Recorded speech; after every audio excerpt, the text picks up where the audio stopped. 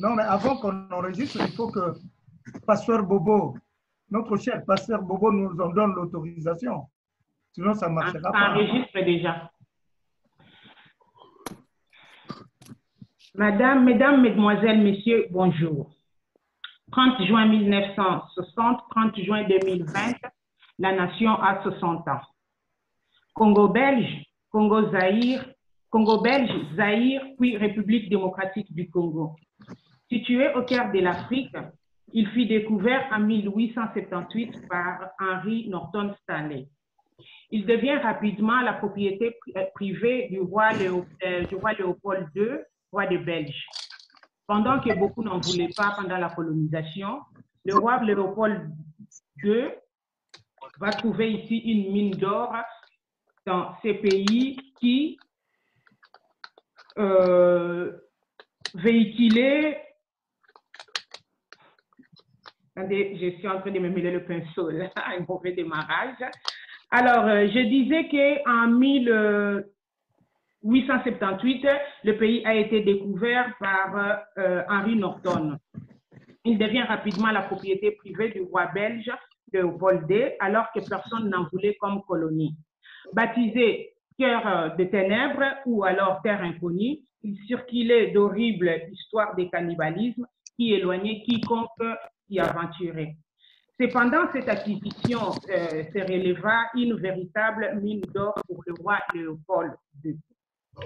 En 1908, le roi céda le Congo au royaume de la Belgique, accusé de mener une mauvaise politique de colonisation. La Belgique colonisa le Congo jusqu'à ce que le mouvement de l'indépendance atteigne le Congo, obligeant ainsi le Belge à accorder son indépendance à la République démocratique du Congo le 30 juin 1960. La déclaration de l'indépendance fut prononcée à Stanleyville, actuel Kinshasa, au Palais de la Nation. À 60 ans de l'indépendance, le Congo compte à son actif 5 présidents. Joseph Kasavubu fut le seul président démocratiquement élu. Il fut détrôné par le colonel Joseph Désiré Mobutu Sese Seko Kuku Nduanza Panga, qui va garder les rênes du pouvoir sans partage pendant 32 ans. Ce dernier fut chassé par Désiré Kabila, qui va arriver au pouvoir avec un régime d'occupation. Il restera à la tête du pays pendant 4 ans où il trouvera la mort suite à son régime d'occupation. Ce dernier sera remplacé par son prétendu fils, Joseph Kabila, qui va garder les rênes de pouvoir pendant 18 ans. Et celui-ci partira suite à la grogne nationale qui laissera place aux élections contestées qui vont amener Félix Tshisekedi au pouvoir. La République démocratique du Congo compte en effet 5 présidents en 60 ans d'existence. La République démocratique du Congo est une étendue de terre dont la superficie est de 2 345 410 mètres carrés. Pour une population de 84 millions d'habitants, dont il ne faut pas oublier de soustraire les 15 millions victimes de génocide qui sévit encore au nord du pays jusqu'à nos jours. On y trouve beaucoup de cours d'eau, dont le lac, dont 86 lacs, dont le plus poissonné est le lac Tanganyika, voilà, qui est, je pense, le plus poissonné au monde. On y trouve aussi la forêt équatoriale, la deuxième réserve mondiale forestière, qui s'étend dans d'autres pays africains. On a 2 saisons en Afrique, au Congo précisément, on a 2 saisons, la saison sèche et la saison de pluie, qui se succèdent. Pendant qu'il pleut au nord, il sèche au sud. Cette situation fait que les terres du Congo sont toutes des terres arables. Donc, chez nous, on n'a pas de problème de culture. On y parle les 4 langues nationales, dont les du Congo, le Swahili, le Tuluba, et le lingala. Je viens dire 4 langues nationales, pas une langue de plus.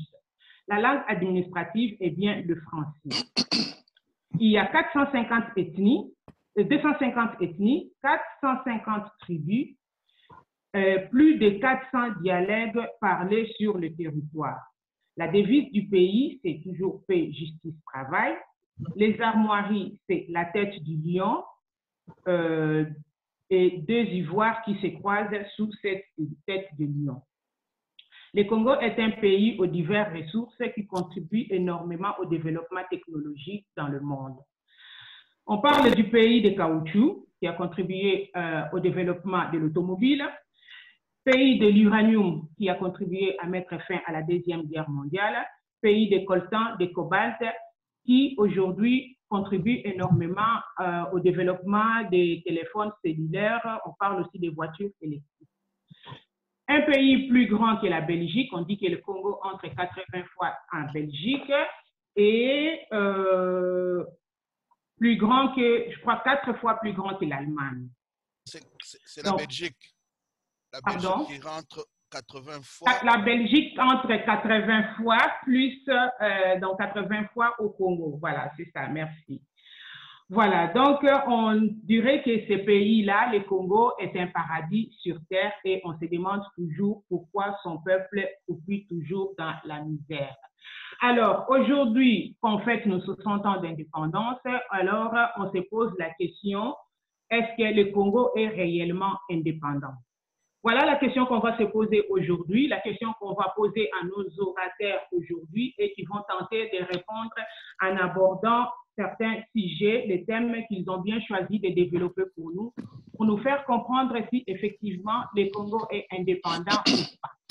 Alors, on a ici l'abbé Philippini qui va nous parler du rapport de force entre la Belgique et le peuple à propos du Congo.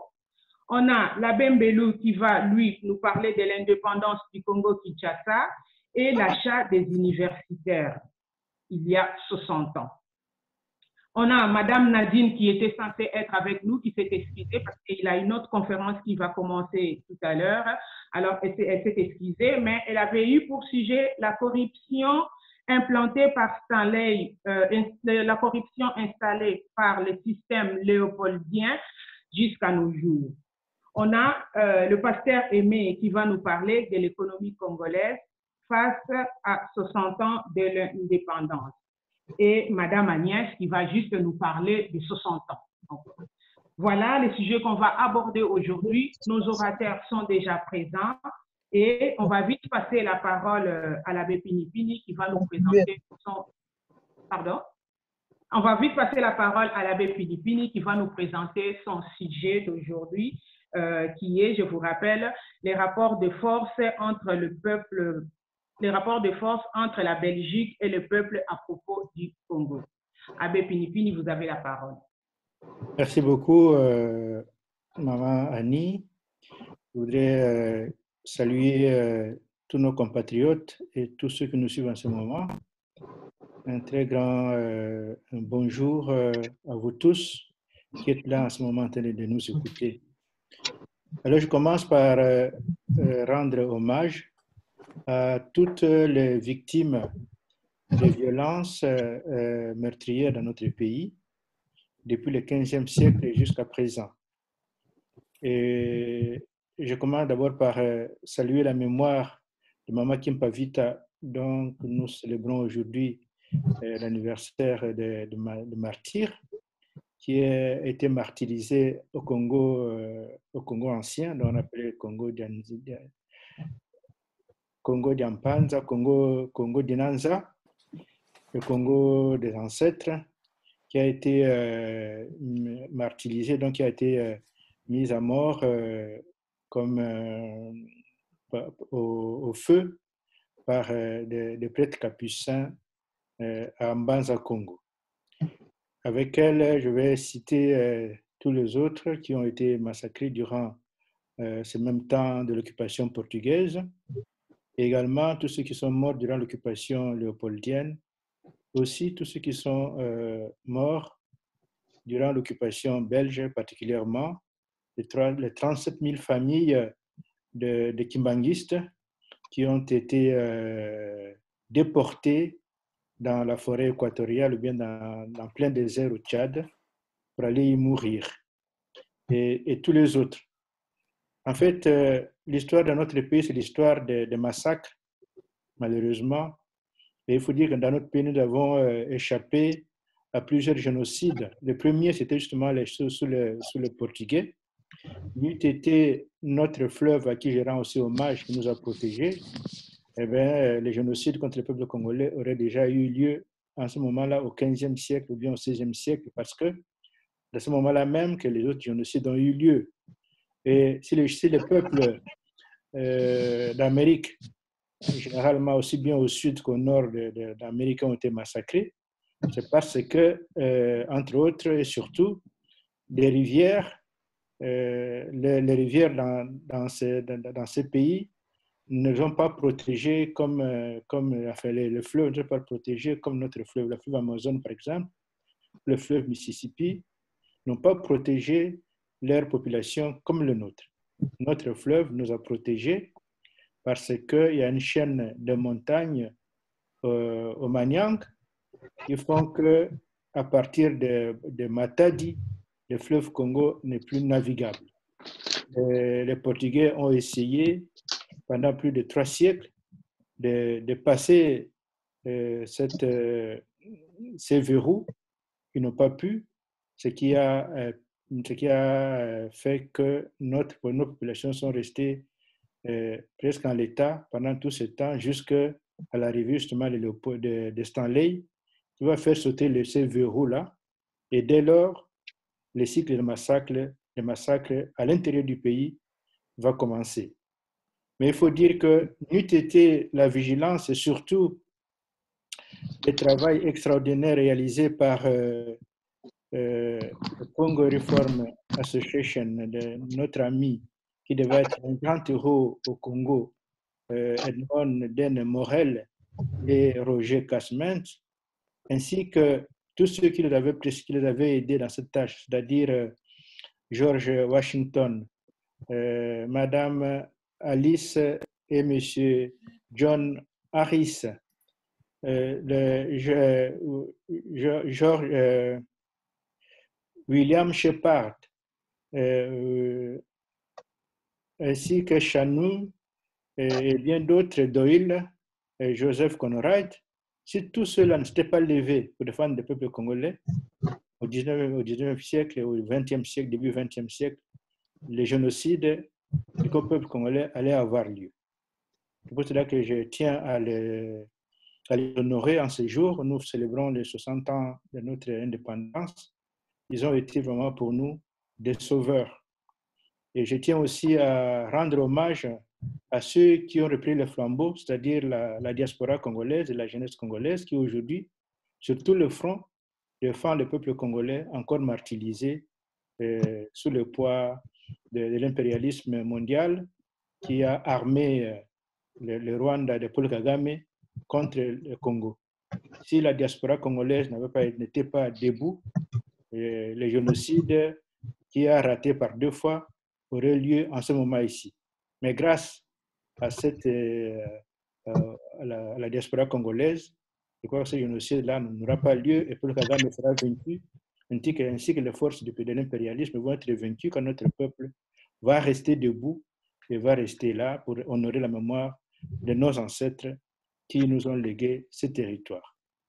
Je voudrais ici dire simplement que, contrairement à ce que l'on dit, que la Belgique a été un pays qui était différent pour son régime par rapport à son roi, le roi Léopold II, je voudrais dire que c'était la même chose. Il n'y a eu aucune différence entre la Belgique, le règne de la Belgique, et le règne du roi Léopold II, parce que déjà que la Belgique a annexé purement et simplement le territoire congolais en faisant un territoire belge. Parce que le Congo n'était plus le Congo des Congolais, devenait le Congo des Belges. On l'appelait d'ailleurs Karma, Congo belge. C'est-à-dire le Congo annexé à la Belgique, à l'exception des Congolais qui étaient dès lors tout simplement leurs esclaves, comme cela a été le cas durant le règne du roi Léopold II au XIXe siècle et au début du XXe siècle. D'ailleurs, la population congolaise, durant le règne belge, n'a jamais progressé d'une seule personne parce que elle est restée constante durant 54 ans, soit 15 millions. Or, ce sont les 15 millions qui ont échappé au génocide de Léopold II et qui sont restés soi-disant constantes. Je veux dire en réalité que le massacre a continué effectivement parce que la Belgique a continué avec ce même régime de fer, des genoux de fer sur le cou des Congolais qui les a effectivement tellement étouffés. Donc, quand on dit que le régime belge serait différent, comme on a entendu que le roi s'est excusé tout simplement pour le régime du roi Léopold II, cela n'est pas correct. L'excuse doit concerner également le régime de la Belgique qui est le même. C'est le même régime qui a continué. D'ailleurs, c'est le roi des Belges, le roi Baudouin, qui va venir à Kinshasa, à Léopoldville à l'époque, pour l'indépendance. Il vient en tant que roi des Belges, les Belges qui étaient qui avaient administré, colonisé le Congo. Donc, il n'y a pas de différence entre le roi Baudouin qui vient et le roi Léopold II par ailleurs. Donc, il vient sur le même régime, c'est le même régime qui continue. Et d'ailleurs, la Belgique n'avait aucunement l'intention de donner l'indépendance au Congo. C'était la bravoure des Congolais qui d'abord se sont réunis comme un seul homme à Bruxelles lors de la conférence, lors de la table ronde. Je leur rends d'ailleurs hommage à tous ceux qui étaient venus à la table ronde pour défendre le Congo. C'était leur bravoure de s'être réunis. Déjà à ce moment-là, la Belgique allait déjà torpiller l'indépendance et elle n'a pas cessé de le faire parce qu'elle avait déjà fixé elle-même unilatéralement la date de l'indépendance au 30 juin sans aucune concertation. Et c'est elle qui a organisé également le protocole de 30 juin de la fête qui s'est passé à l'ancienne résidence, à l'ancien palais au palais de l'ancien gouverneur général du Congo. Et le protocole était celui de ce palais, dont le protocole n'était pas congolais. D'ailleurs, pendant le protocole, quand notre héros national Mumba a pris la parole au nom du peuple congolais, le roi s'en est offusqué. Le roi Baudouin a été mécontent du fait que le Mumba avait parlé parce que pour lui, ce n'était pas dans le protocole, dans ce qu'il connaissait du protocole, et qu'il ne pouvait pas laisser le Mumba parler parce que le protocole prévoyait que le discours de l'indépendance était le sien, le discours de Léopold, de Baudouin, du roi Baudouin Ier. Et c'est son discours qui devait être le discours de l'indépendance et non pas le discours des Congolais. Or, ce jour-là devait être le jour des Congolais où tous les discours des Congolais devaient être adressés aux Congolais et en plus encore un premier ministre congolais. Donc, au lieu que l'indépendance, la cérémonie de l'indépendance se passe au milieu congolais qui était tellement différent des milieux européens de Kinshasa, parce que Kinshasa était sous la coupe de l'apartheid. Donc, l'indépendance, les cérémonies de l'indépendance se sont passées plutôt en milieu plutôt belge qu'en milieu congolais, parce qu'il y avait là, au Congo, à Kinshasa, un stade, là où vivaient les Congolais, le stade qu'on appelle Tata Raphaël, était déjà construit. Donc, c'était possible d'aller faire la fête là-bas et laisser le peuple congolais exulter de son indépendance. Or, cela ne s'est même pas fait. Le peuple congolais n'avait même pas le droit de s'exulter, d'être content, de se réjouir pour cette indépendance, de plutôt voir l'indépendance de loin. L'indépendance a plutôt concerné les Belges et leurs alliés qu'ils avaient formés. Il faut savoir, quand on parle de l'élite congolaise, que cette élite-là était plutôt formatée et ce jour-là, c'était un jour, normalement, pour la Belgique, non pas de l'indépendance, mais de passation d'un simple pouvoir qui devait être maintenant transféré entre les mains d'une élite formatée et guidée et qui devait être plutôt dirigée et non pas une élite qui devait diriger le Congo. Donc, ce que M. voudrait simplement dire que nous sommes en ce jour ici, c'est un jour clé pour le Congo parce que c'est un jour de lutte qui a marqué une histoire, la nôtre, et qui ouvre une autre histoire, l'histoire de lutte pour le véritable indépendance du Congo, la lutte dans laquelle nous nous situons, dans laquelle surtout la diaspora congolaise se situe, que je salue,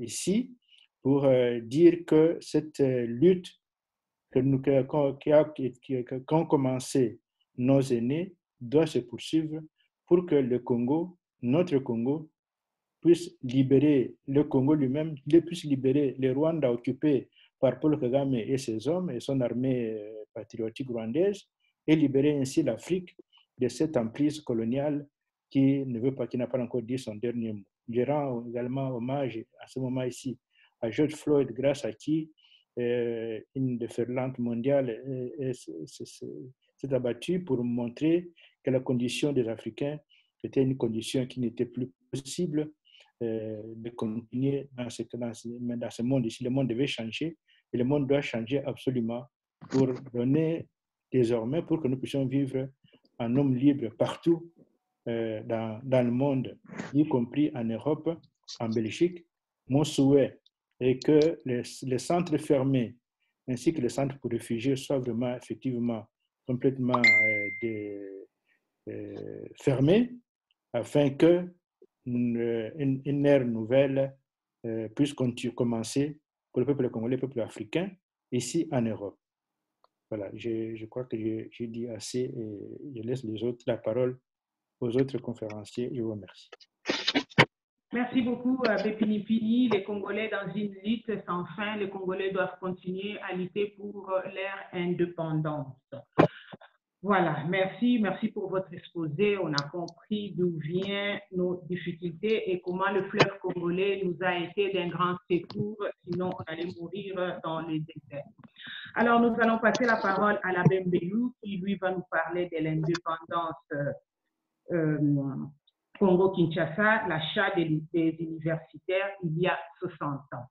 Voilà, le thème est toujours, je le rappelle, le Congo est-il réellement indépendant? Monsieur l'abbé Mbelou, vous avez la parole.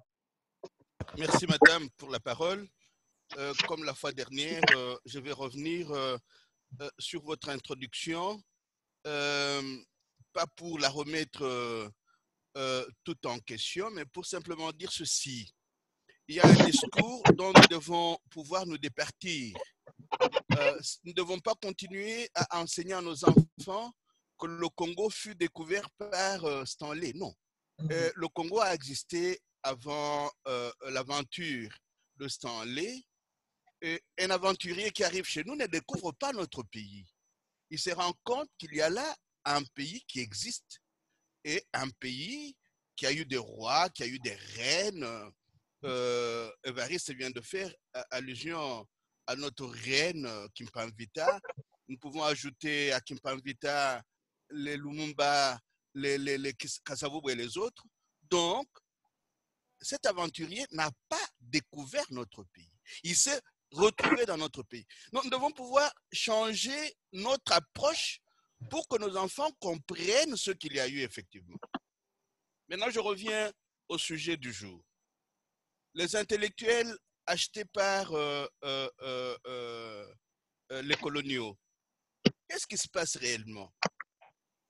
Évariste l'a souligné, quand les Congolais se retrouvent à la table ronde de Bruxelles en 1960, ils exigent que leurs compatriotes qui étaient en prison, M. Patrice Emery Lumumba, les rejoignent avant que ne commence la table ronde.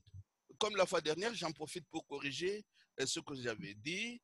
Lumumba rejoint ses amis que pour commencer avec eux la table ronde de Bruxelles. Alors, déjà à ce niveau-là, nous pouvons tirer une leçon. Congolais, nous sommes forts quand nous sommes unis autour des mêmes objectifs. quand Lumumba arrive à Bruxelles, il se rend compte que la date de l'indépendance du pays n'a pas été négociée. Cette date est définie par le ministre de la colonie, M. de Scriver. Et le contenu de l'indépendance n'est pas indiqué. Le sens de l'indépendance n'est pas défini. Au cours de la table ronde, Lumumba va lever le doigt et poser cette question. Quel est le contenu que nous voulons donner à ce mot indépendance? Il y a des tergiversations dans la salle et à ce moment-là, il y a une proposition qui est faite. Les coloniaux ne veulent pas du tout que le Congo puisse passer entre les mains des Congolais. Alors, ils inventent un prétexte selon lequel le Congo n'ayant pas suffisamment d'intellectuels, il faudrait que le roi de la Belgique demeure aussi le roi du Congo et que les deux pays puissent être gérés par le roi de la Belgique. Alors, Lumumba n'est pas de cet avis. Pourquoi? Parce que pour lui, dire que le Congo est indépendant, c'est accepter que les enfants, les fils et les filles du Congo deviennent maîtres et maîtresses de la terre de leurs ancêtres chez eux. Mais cette idée, dans le chef de M. Patrice Emery Lumumba, n'est pas nouvelle. C'est là que quand on dit ah, l'indépendance a été préparée dans la précipitation, non, non, non, cette indépendance a été pensée, contrairement au discours officiel. L'indépendance du Congo n'a pas été préparée dans la précipitation. La preuve, relisez le discours de Lumumba le 30 juin. C'est un discours programmatique. Si ce discours, si Lumumba avait eu le temps de pouvoir mettre ce discours programmatique en œuvre, on ne dirait pas, comme on l'a prétendu, que le Congo, l'indépendance du Congo n'avait pas été préparée. Cette indépendance a été préparée par des luttes entreprises déjà par les Kimpanvita et les autres. Kimbangu a lutté pour l'indépendance de ce pays-là. Donc, ce qui arrive en 1960, et comme Lumumba le dira dans son discours, c'est le couronnement de toutes ces luttes précédentes. Donc, on ne peut pas nous dire que cette indépendance n'avait pas été préparée. Ça, c'est dans deux. Cette indépendance est précédée par deux manifestes. Deux manifestes d'intellectuels et d'hommes politiques congolais. Le premier manifeste, c'est le manifeste de la conscience africaine auquel participe le cardinal Maloula, ses compatriotes. Ce manifeste dit clairement ce que les Congolais attendent de leurs coloniaux. Il y a le manifeste de Labako en 1958. Le manifeste de Labako est aussi clair. Et on ne peut pas nous dire que ces deux manifestes n'avaient pas été rédigés par des gens qui comprenaient ce qu'ils attendaient des coloniaux. Et puis le prétexte du manque d'intellectuels au Congo est un faux. Pourquoi? Les terres congolaises n'ont pas été ravies aux intellectuels formatés à l'école occidentale. Ces terres ont été arrachées à leur chef, au chef de terre. C'est ainsi que, j'ouvre une parenthèse, le chef de Mété Ramois au Kassai, à Kananga, à Louabourg, a dû batailler dur avec les Allemands. Et chez nous, il y a un chant qui est resté célèbre. Nous chantons Kalamba Kapijan Falanga Kasungila. Kalamba Kapijan Falanga Kasungila. Parce que pour lui, il n'a jamais considéré ceux qui étaient venus d'ailleurs comme des conquérants. Pour lui, il pensait que c'était des revenants. Et que ces revenants viennent exiger ces terres. Il a dit non, non. Et il les a frappés, il a mené une guerre atroce contre ses occupants. Donc on ne peut pas nous dire aujourd'hui que comme il n'y avait pas suffisamment d'intellectuels, il était trop tôt. Ça, c'est le discours officiel. Le Congo n'a jamais été vendu ou acheté aux intellectuels. Le Congo a été pris aux chefs de terre. C'est à ces chefs de terre que le Congo doit être rendu. D'ailleurs, qu'est-ce qu'on remarque aujourd'hui? La ressemblance entre ce qui s'est passé avant les années 60 et ce qui se passe aujourd'hui, c'est que la guerre d'agression anglo-saxonne contre le Congo est la même que celle menée par Léopold II, parce que les Congolais sont dépossédés de leurs terres. C'est-à-dire, ils sont dépossédés de leur identité. Ils sont déboussolés, ils sont dépaysés, ils sont désidentifiés. Et c'est cela la guerre réelle. Ce n'est pas le fait qu'il y ait quelques intellectuels. D'ailleurs, ce qu'on a appelé intellectuels, ils ont été achetés à la table ronde. Les politiques ont été achetés comme alliés des coloniaux. Il y a ces étudiants à l'ULB qui vont être achetés et qui vont participer à la table ronde économique comme des alliés des coloniaux. Et l'interview que le professeur Omasombo a donné dernièrement au journal Le Soir le dit en des mots très clairs. Qu'est-ce qu'il y a eu? Tshombe et Mobutu achetés. Bomboko Ndele acheté. Ndele a été le gouverneur de la banque congolaise. Donc, nous partons vers la date du 30 juin avec un verre dans le fruit. Le verre est déjà dans le fruit quand nous prétendons que nous allons être émancipés du colonialisme par les coloniaux. Donc, il y a eu un rendez-vous raté le 30 juin 1960. L'indépendance formelle n'a pas été l'indépendance réelle. Si elle avait été une indépendance réelle, le respect des principes dictés par l'ONU aurait pu s'imposer. Et quels sont ces principes? L'égalité souveraine entre tous les États, membres de l'ONU, premier principe. Deuxième principe, la réciprocité entre les États. Troisième principe, la non-ingérence des États tiers dans les affaires des États, d'autres États. Et là, il y a quelque chose qui cloche. On nous dit, Lumumba a prononcé un discours qui a énervé le roi, mais Lumumba était le premier ministre du Congo. Pourquoi est-ce que l'énervement du roi devait absolument conduire à l'assassinat de Lumumba? Parce que c'était le premier ministre d'un État tiers.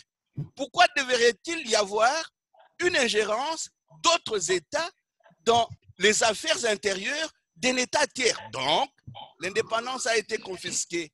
Et en relisant dernièrement la réponse d'Éric Toussaint au roi Philippe sur les regrets qu'il a présentés au sujet des atrocités, des souffrances imposées au peuple congolais, Éric Toussaint dit ceci: si Lumumba meurt, c'est aussi parce qu'il a refusé que la dette que la Belgique avait contractée auprès des huissiers du capital, entre autres de la Banque mondiale, Lumumba et ses amis avaient refusé que cette dette puisse être refilée au Congo.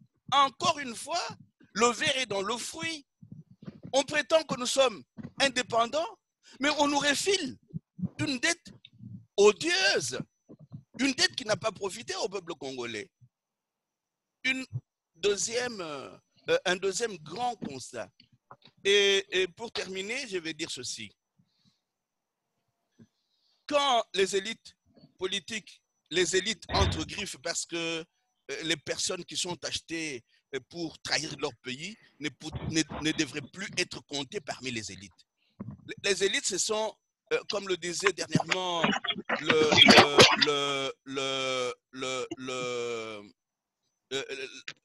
le disait l'avocat Dibois, ou Kaloubois Dibois, ou l'autre Coco, les élites, c'est une classe sociale, sont des valeurs, c'est la responsabilité. Vous vendez votre pays, vous ne faites pas partie de l'élite. Donc, et d'ailleurs, c'est un autre universitaire qui va écrire à Lumumba pour lui dire, Patrice, ne comptez plus sur nous, nous avons été achetés. Donc, on part vers un Congo nouveau avec un verre dans le fruit parce que les forces dominantes du marché avaient juré qu'ils n'allaient pas donner l'indépendance économique au pays. Pourquoi?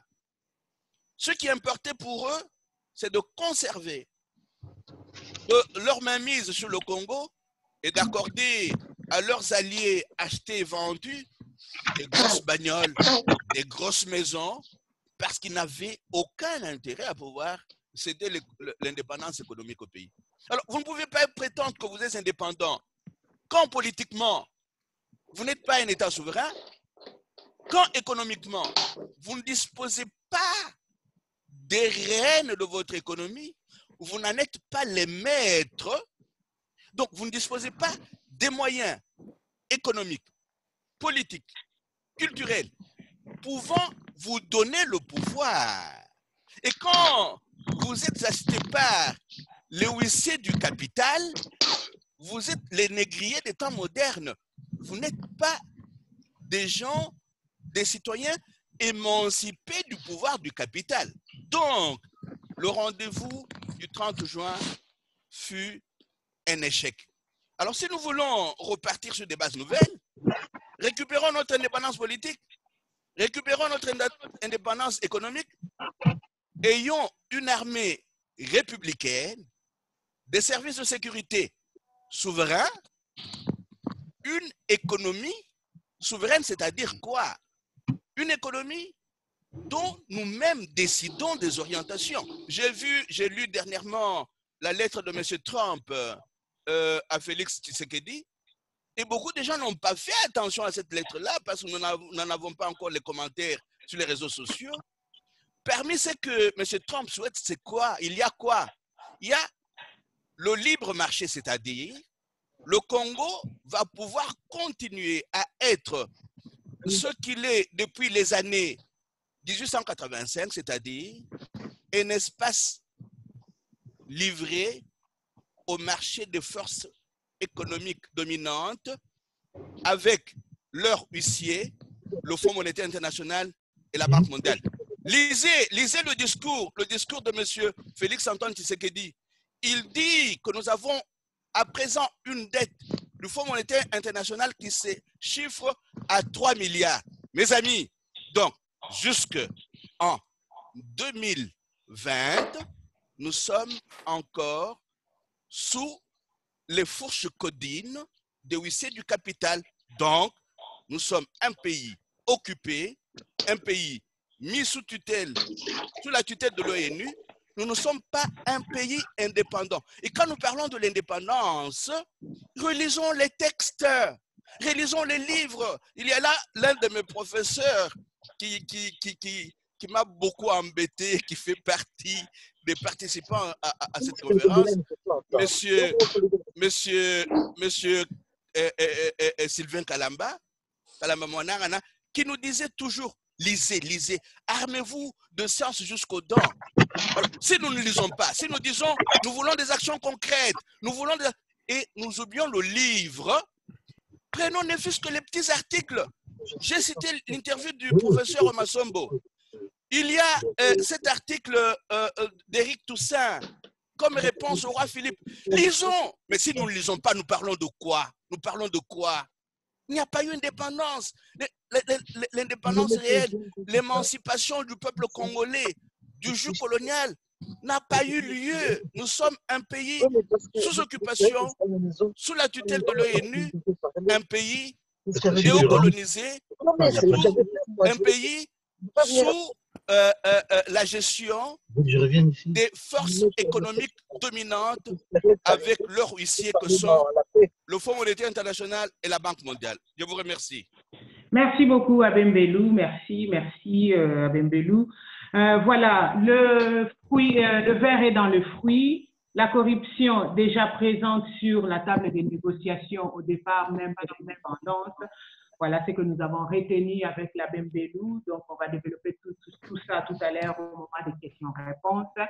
Merci beaucoup, Abembelou, de nous éclaircir sur certaines choses qui se sont passées ici même en Belgique pendant la négociation, la table ronde ici en Belgique. Voilà, 60 ans d'indépendance, le Congo est-il réellement indépendant? Nous allons donner la parole au pasteur Aimé, qui lui va nous parler de l'économie congolaise face à 60 ans d'indépendance. Voilà, merci beaucoup, maman Annie, merci beaucoup à l'abbé Mbelou et à l'abbé Pinipini pour leur riche intervention. Alors, on va parler de l'économie congolaise face à 60 ans d'indépendance. Mais, donc, nous allons voir ensemble qu'est-ce qui s'est passé avant l'indépendance et qu'est-ce qui se passe après l'indépendance et que faut-il améliorer. Alors, donc, je remonte du 15 novembre 1908 au 30 juin 1960. Le 15 novembre 1908, c'est la date où la Belgique a repris le règne du Congo entre les mains de Léopold II. Alors, comment s'organisait la gestion du Congo belge à l'époque? C'était une gestion à trois têtes. Il y avait l'administration, il y avait les missions catholiques et les grandes sociétés privées. De l'autre côté, dans notre tableau, on voit bien qu'il y a aussi trois têtes, le politique, l'économie et le social. Mais ici, je vais prendre seulement le volet économique pour le temps qui nous est imparti. Alors, donc, d'abord, nous allons voir le travail forcé. Léopold II est venu avec le système du travail forcé, mais quand la Belgique a repris, le règne de la gestion du Congo belge, il y a eu la charte coloniale du 18 octobre 1908 qui stipulait que nul ne peut être contraint de travailler pour le compte et au profit des sociétés ou de particuliers. Alors, le but de cette charte était pour effacer l'image du caoutchouc et de main coupée. Mais nous remarquons que cette pratique a continué parce que nous allons voir qu'il y a eu, après pour le travail forcé, beaucoup de morts. Alors, la Belgique s'articulait sur deux axes de production. Donc, il y avait l'agriculture et les mines. Pour les mines, par exemple, on avait le coton, l'huile de palme, la culture des lévéas et consorts. Rien que pour le coton, en 1932, le Congo belge produisait 23 000 et 7 ans après, il y avait 123 000 tonnes de production. Alors, là, c'est un peu pour l'agriculture. J'ai aussi quelques chiffres que je vais vous donner rapidement. Je crois pouvoir le trouver, ouais. En 1952, il y avait 780 632 tonnes de manioc. En 1957, 245 216 tonnes d'huile de palme. Il y avait plusieurs productions, mais la production était très bonne. Noix de palmiste, café, cacao, thé, sucre, élevage et tout ça. Rien que pour l'élevage, il y avait 500 000 têtes de bovins indigènes, 300 000 têtes de bovins européens. Et pour la pêche, en 1946, donc en 12 ans, la production est passée de 16 000 tonnes à 145 000 tonnes. Mais le problème n'étant pas là, le grand problème, c'était le problème du travail forcé. qu'est-ce que le travail forcé a produit? Le travail forcé a produit des grippes, de fièvres atypiques, des pneumonies, de l'épuisement et même le genre dans le mine. Ils étaient morts à cause des éboulements. Et là est intervenu un décret de 1933 qui limitait le travail forcé à 60 jours dans les plantations. C'est ce qui veut dire que même la charte du 18 octobre 1908 pour la charte coloniale du 18 octobre, du 18 octobre 1908 n'était qu'une poudre aux yeux. Alors, le travail forcé permettait quand même au Congo, avec toutes les belles productions que je vous ai données, d'obtenir une matière première moins chère, de recruter des travailleurs forcés pour les plantations et les mines. Le salaire de ces travailleurs était de 10 francs par tête offert par les dignitaires congolais. Donc, le problème dont cite la Bembelou ici, le ver dans le fruit, c'est un vieux problème. Parce que les dignitaires congolais, c'est-à-dire le chef de village et tout ça, pour 10 francs, ils offraient leur sujet dans les travaux forcés. Alors, dans les mines, les gens touchaient entre 10 à 15 francs par mois. Alors, mais à l'époque, tellement que la main-d'œuvre était en carence, ce n'était pas comme aujourd'hui où il y a presque 92% de chômeurs dans le pays. On a importé 44 000 travailleurs d'Angola et des Rhodésie du Nord. Rhodésie du Nord, ça signifie encore quoi aujourd'hui? Zambie ou un truc comme ça? Je ne sais pas. Si quelqu'un connaît, il va me le dire. Alors,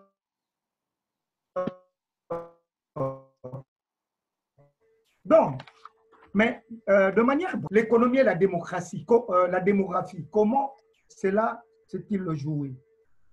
De 50 à 1958, l'indice de salaire de travailleurs congolais passe de 100 à 237 pour une croissance du coût de la vie de 20%.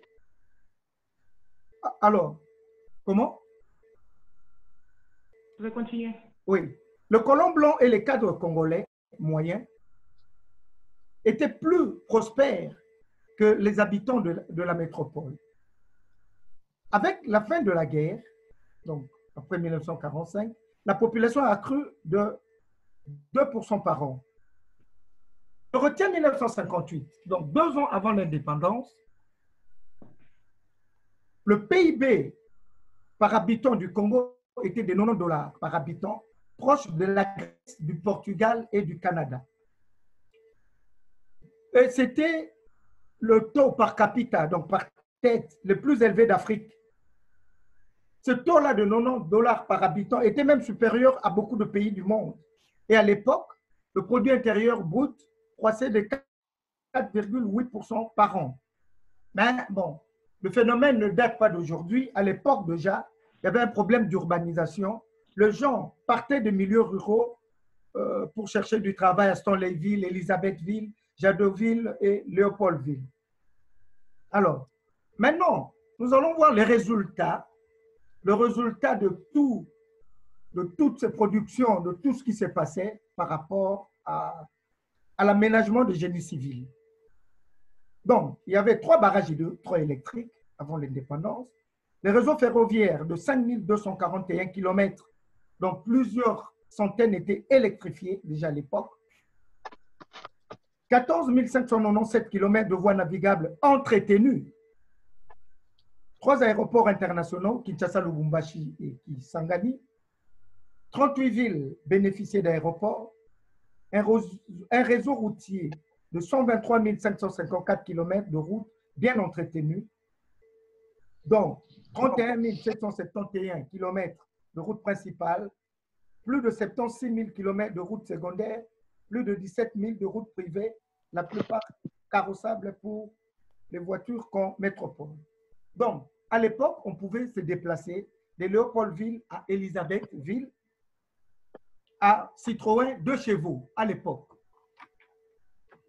Alors, donc là, j'ai brossé une situation un peu générale, mais je rappelle que je vous ai dit qu'il y avait 3 têtes pour gérer le Congo, l'administration, la mission catholique et puis les grandes sociétés privées.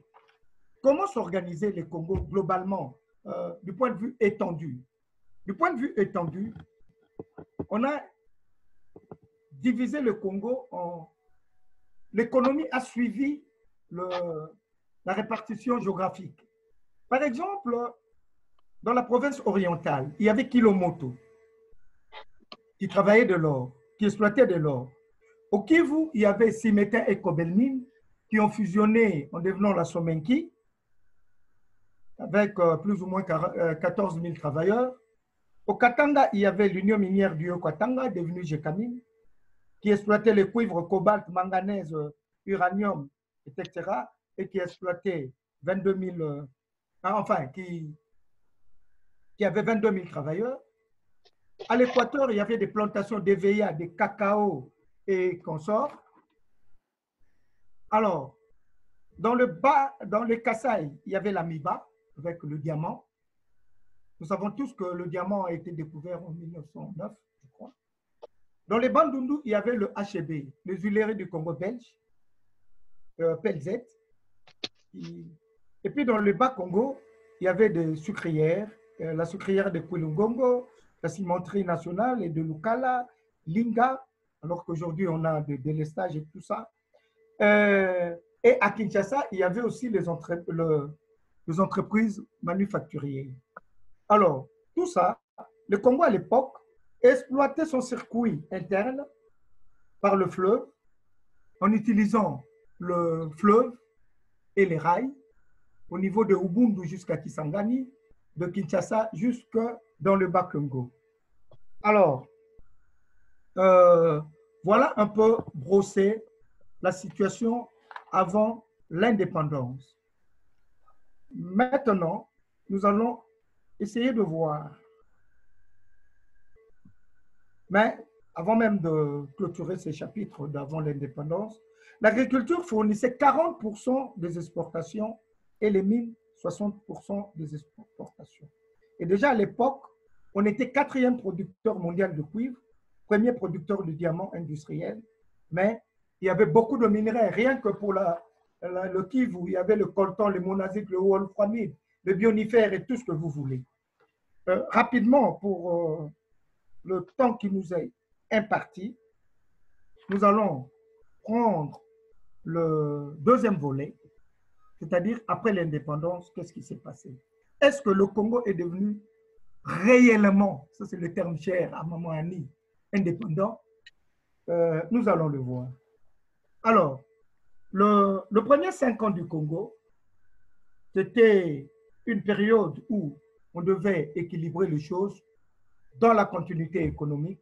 Malheureusement, 5 ans après, il y a eu un coup d'État. Je n'entre pas dans les aspects politiques développés ici par nos abbés Jean-Pierre Mbelou et Abbé Pinipini. Je essaierai au maximum de rester dans l'économique. Il y avait en 1973 la zaïrianisation. Nous connaissons tous les conséquences que cela a produit. Et puis après, il y a eu beaucoup de slogans, Bissomoro Togolona, Bissomoro Togoteka et tout ce que vous voyez. Et à partir de 1980 et au milieu des années 2000, et même jusqu'à aujourd'hui, il y a des guerres civiles qui ont ravagé le pays.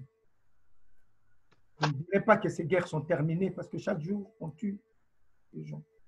Mais je ne suis pas d'accord surtout quand les huissiers, pour emprunter le terme utilisé par l'abbé Mbelou, quand les huissiers nous donnent des chiffres, oui, la croissance économique de 2008 était de 8,2.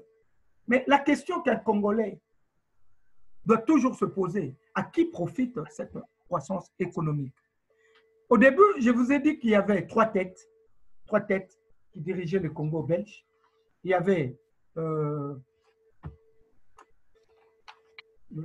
y avait l'administration catholique et les grandes entreprises privées. Alors, maintenant, qui dirige la nouvelle colonie? Permettez-moi le terme, parce qu'on n'est pas encore sorti de l'auberge, nous sommes toujours une colonie. Une colonie qui dirige l'économie congolaise actuellement. Les États puissants, les États-Unis, la Belgique, la France, la Grande-Bretagne, et puis les États voisins rapaces, et puis le multinational, et puis l'oligarchie congolaise, disséminée dans les institutions de la République. Nous sommes devenus esclaves de tout ce genre-là. Le Congo est devenu esclave de tout ce genre-là. Quand on nous dit, je répète, le chiffre officiel sort du Fonds monétaire de oui, le Congo va mieux, et la croissance économique est de 8,2% en 2008, de 2,7% en 2009. La RDC a été le pays le plus touché de la crise 2008. D'accord, tout ça. Mais malgré ça, de 2008 à 2015, la croissance économique est de 7,9%. Mais à qui profite cette croissance économique? À la santé des Congolais? À l'éducation des Congolais? Ou à l'achat de villas à Rhodes, Waterloo, Uccle et tout ce que nous en connaissons? Nous-mêmes, aujourd'hui, on a changé de destination à Dubaï et consorts par le nouveau colon. Même ceux qui ont la même race que nous. C'est ridicule. Alors, par rapport à la gestion, d'après l'indépendance du Congo, nous avons remarqué une bonne organisation de l'État, en théorie. Aujourd'hui, l'État, le Congo, pour le source de ses recettes, nous voyons les régies financières, la DGDA, la Direction générale de recettes domaniales et administratives. Non, la Direction générale de douane et accises. Là, on s'occupe des impôts généraux sur le bien et services, le droit d'accise. Il y a la DGI pour les recettes fiscales. C'est quoi? Prendre un papier. Regarde d'abord, j'ai mis une carte là-bas. Installe cette carte comme il faut pour me montrer ça. Coupez votre micro, s'il vous plaît. Ah. Oui. La carte. Donc, pour les recettes, la DGI, donc deuxième régie financière. Voici, elle est bien installée. C'est les recettes fiscales. On a des impôts directs, les impôts sur les bénéfices et profits, les impôts professionnels sur les rémunérations.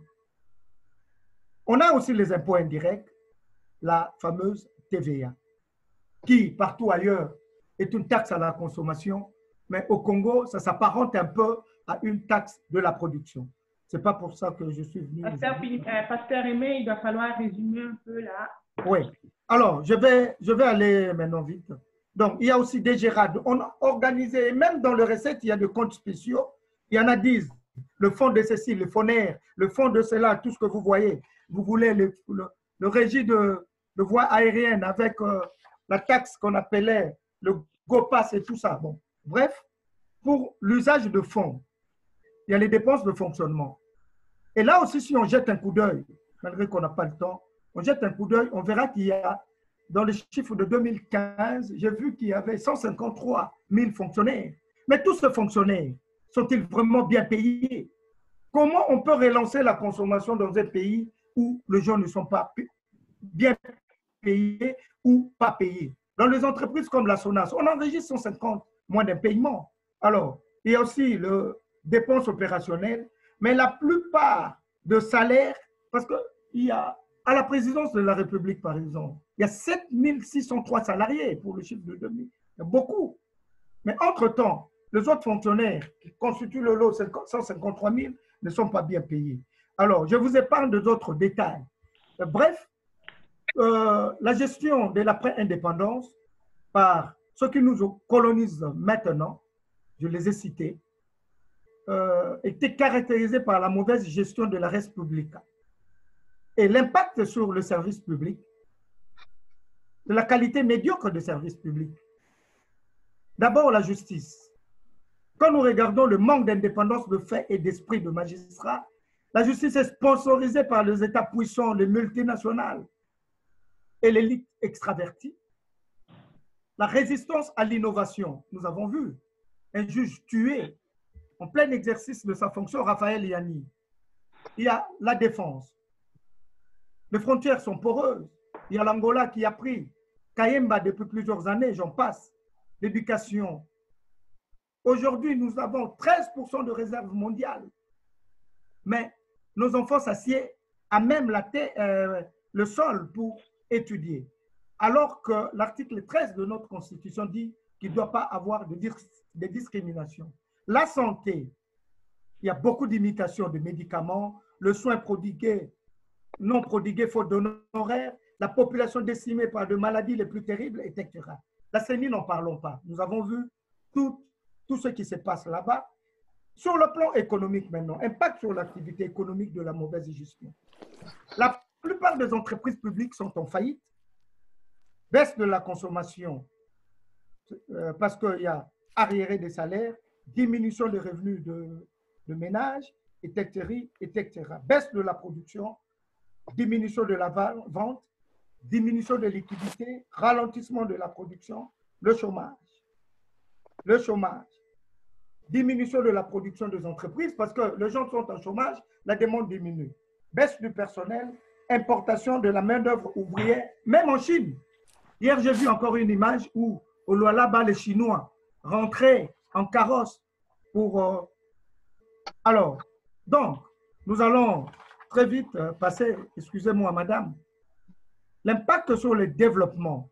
Oh là là, quand j'ai regardé les budgets de 2018, publiés par la Banque africaine de développement, j'ai eu mal aux yeux. Parce que le pays, la RDC, avec un budget de 4 milliards, avec un budget de 4 milliards, classé 50e pays africain sur 52, alors que le Congo en face, qui a, je ne sais pas moi, 10 fois moins d'habitants que nous, à 12 milliards, le Rwanda, 20 milliards, le Burundi, 8 milliards de budget, le Kenya, 250 milliards, Tanzanie, 192 milliards. Bien que nous n'avons pas, je pense qu'on n'a pas de frontière avec la Tanzanie. La Zambie, 188 milliards. Angola, 277 milliards. Soudan, 5 milliards, Soudan du Sud. Donc tout ça, c'est pour nous humilier au fait. Quand nous regardons le nombre d'intellectuels, et là je rejoins encore Jean-Pierre, l'abbé Jean-Pierre Bellou, comment l'intellectuel congolais, aujourd'hui on est en crise d'élite. Peut-on parler de l'élite, de l'avoir, du savoir et du pouvoir au Congo, sachant que plus de 80 millions d'habitants ne produisent que 4 milliards, un budget de 4 milliards. Donc, la paupérisation est générale, alors que l'article 60 de la Constitution nous dit le respect des droits de l'homme et de libertés fondamentales consacrées dans la Constitution s'impose au pouvoir public à toute personne. Et nous avons vu le procès de 60 jours. Comment ce procès nous a tous humiliés? C'est-à-dire qu'il y a un problème dans la gestion du process management de finances publiques. Alors, donc, l'État a 4 milliards de budget, les entreprises publiques sont en faillite, les ménages sont à l'abandon, les parents laissent même les enfants aller se prostituer à 8 ans pour amener quelque chose à la maison. Le reste du monde, nous avons toujours été déficitaires parce que nous importons tout, même les aiguilles. Alors, je vais rapidement vous parler rien que de titre, de cause de la pauvreté. Il va vraiment falloir résumer là, parce que oui, vous non, il n'y a pas le temps de 2 personnes. Hein? Oui, donne-moi 2 minutes alors.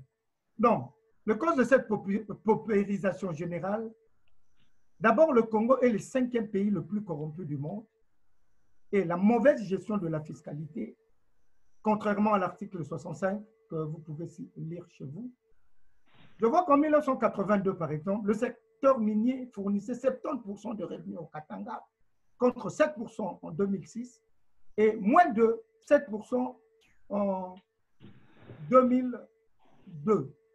Alors, les causes, le banditisme de sociétés occidentales, européennes, canadiennes, chinoises, indiennes, qui manipulent leurs chiffres pour échapper aux impôts.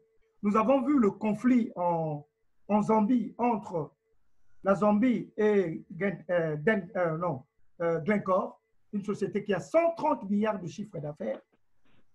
Troisième cause, la gestion opaque de contrats miniers. Pasteur Aimé, je suis obligée de vous arrêter là. Vous reprendrez la parole et vous nous expliquerez tout ça en détail quand on entrera au moment des débats. OK, il n'y a pas de souci. Ça, on donne l'occasion à la dernière personne d'intervenir, c'est Maman Agnès, qui va juste nous parler de 60 ans et de sa pétition qui est en ligne, qu'elle nous demande de signer.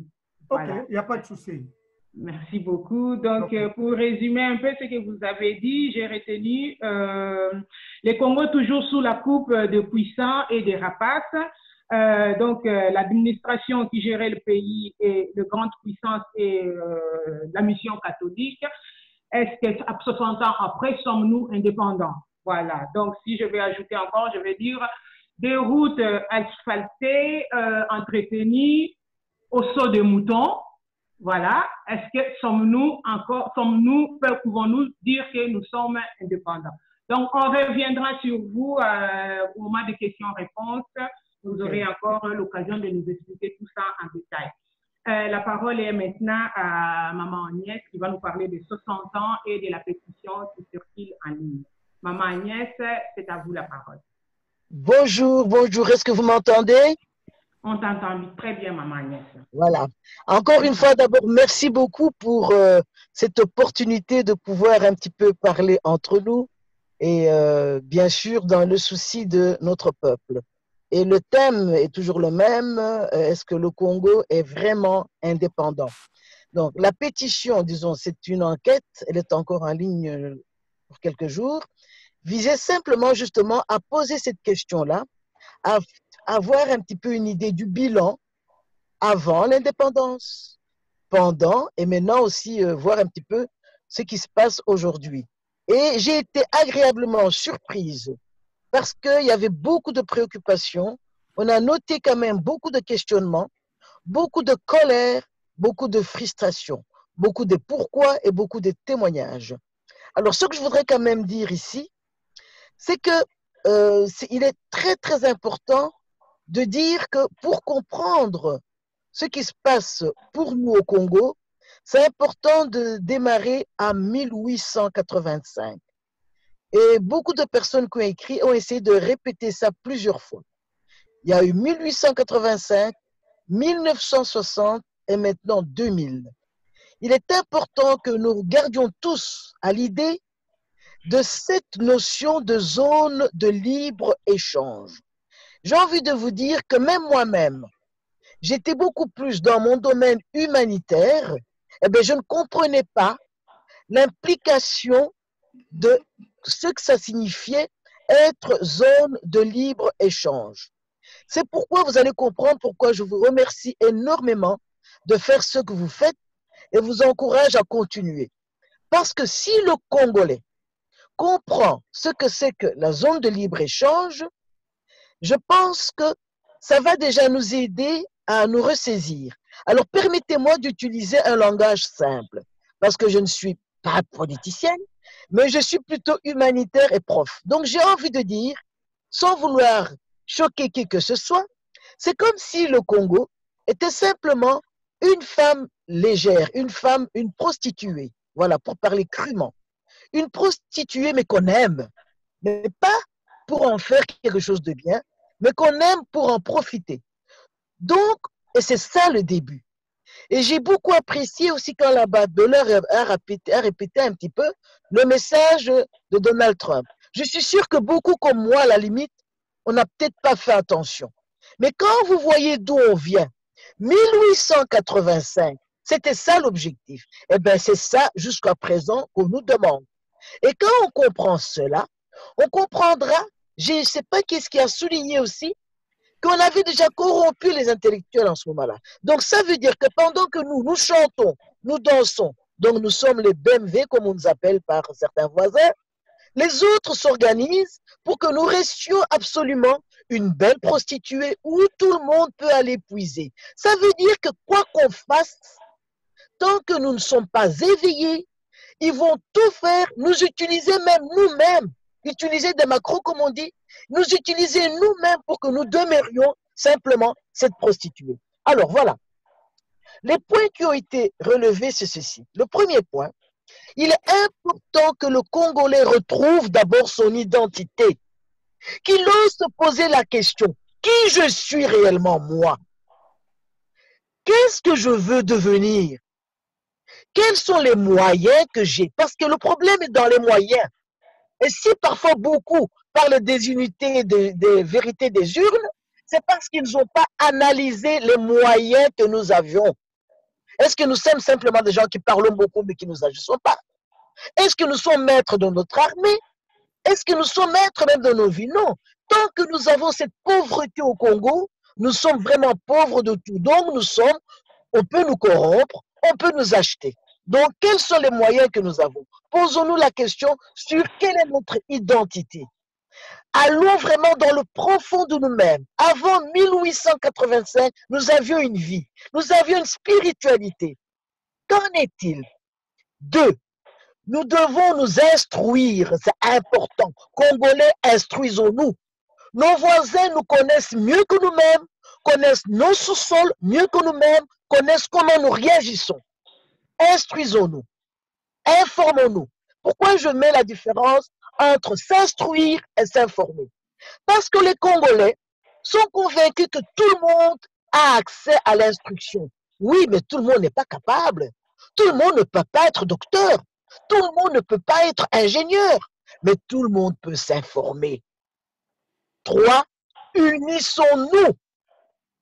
Nos ennemis adorent quand nous nous disputons. Excusez-moi. Ils rigolent. Pendant que nous nous disputons, ils s'installent. Encerclés, infiltrés comme nous le sommes, on aime parler d'occupation. On aime parler de notre pays qui est occupé, tout ça. Ok, mais n'oubliez pas qu'il n'y a pas de drapeau d'un autre pays chez nous. Ça veut dire que nous sommes infiltrés d'une manière insidieuse. Et si nous ne nous unissons pas, si nous ne comprenons pas cela, si nous ne comprenons pas que comme les ennemis utilisent disons, nous infiltrent, nous aussi on doit être intelligents pour commencer à faire la même chose. 3, et le dernier point, nous devons cibler un objectif commun pour tous les Congolais. Nous ne ciblons pas des échecs. Nous sommes là, chacun parle de ceci, chacun parle de cela. Même si les gens ont envie de nous aider, ça ne va pas.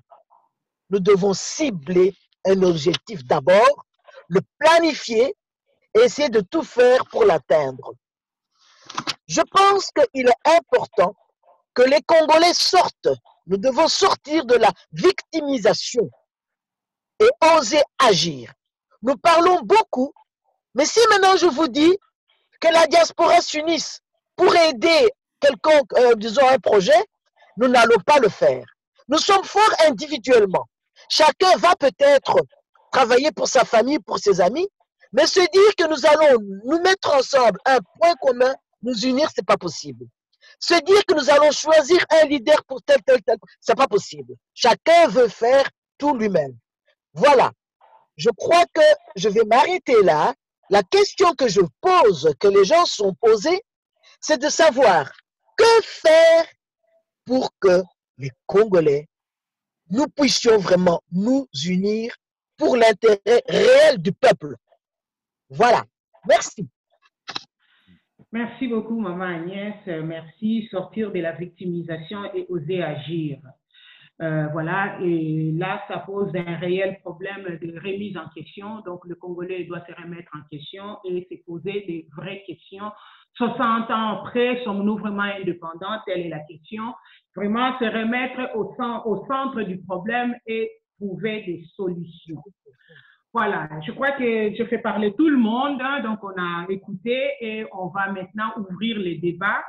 C'est le moment où on va poser des questions, essayer d'éclaircir un peu ce qu'on n'a pas très bien compris ou aller plus loin, développer encore un peu plus. Voilà, le débat est ouvert, donc je peux procéder de la suite. S'il y a des questions, donc on va prendre une série de 3 questions. Et voilà, les orateurs vont noter les questions qui leur sont concernées, qui leur sont posées et vont pouvoir répondre. Pour les personnes qui ont posé la question, donc on va essayer de faire 3 mini-questions. Comme ça, on laisse aussi le temps aux personnes de réfléchir et de répondre. Voilà, le débat est ouvert. Merci.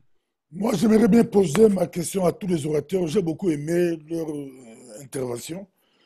Mais en les écoutant parler, c'est comme si ils sont tous d'accord qu'on n'est pas encore, le Congo n'est pas encore indépendant.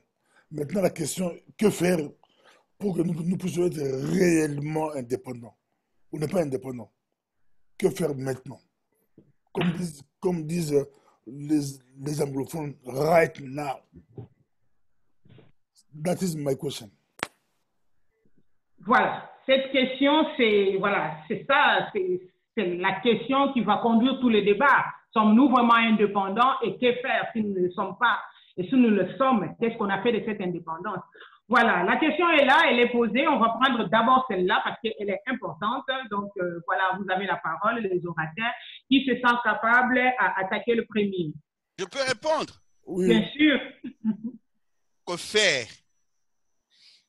Nous ne pouvons rien faire sans analyser, sans connaître en conscience et lucidement ce qu'il y a eu.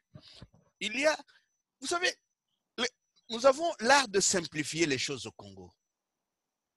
Tout le monde veut des actions concrètes. Quand on dit que faire, c'est-à-dire, quelles sont les actions concrètes? Ce n'est pas ça. Si vous ne connaissez pas, si vous êtes ignorant, comment est-ce que vous allez agir? Commençons par lire, par étudier, par nous informer, par nous former sur ce qu'il y a eu et sur ce qu'il y a encore. Vous n'avez jamais lu Discours sur le colonialisme de Aimé Césaire? Vous n'avez jamais lu ça? Vous n'avez jamais lu Carnage, les guerres secrètes des grandes puissances en Afrique? Vous n'avez jamais lu Les fantômes du roi Léopold? Vous voulez qu'on fasse quoi avec vous? On ne saura pas débattre avec vous tant que vous n'avez pas les éléments nécessaires du débat.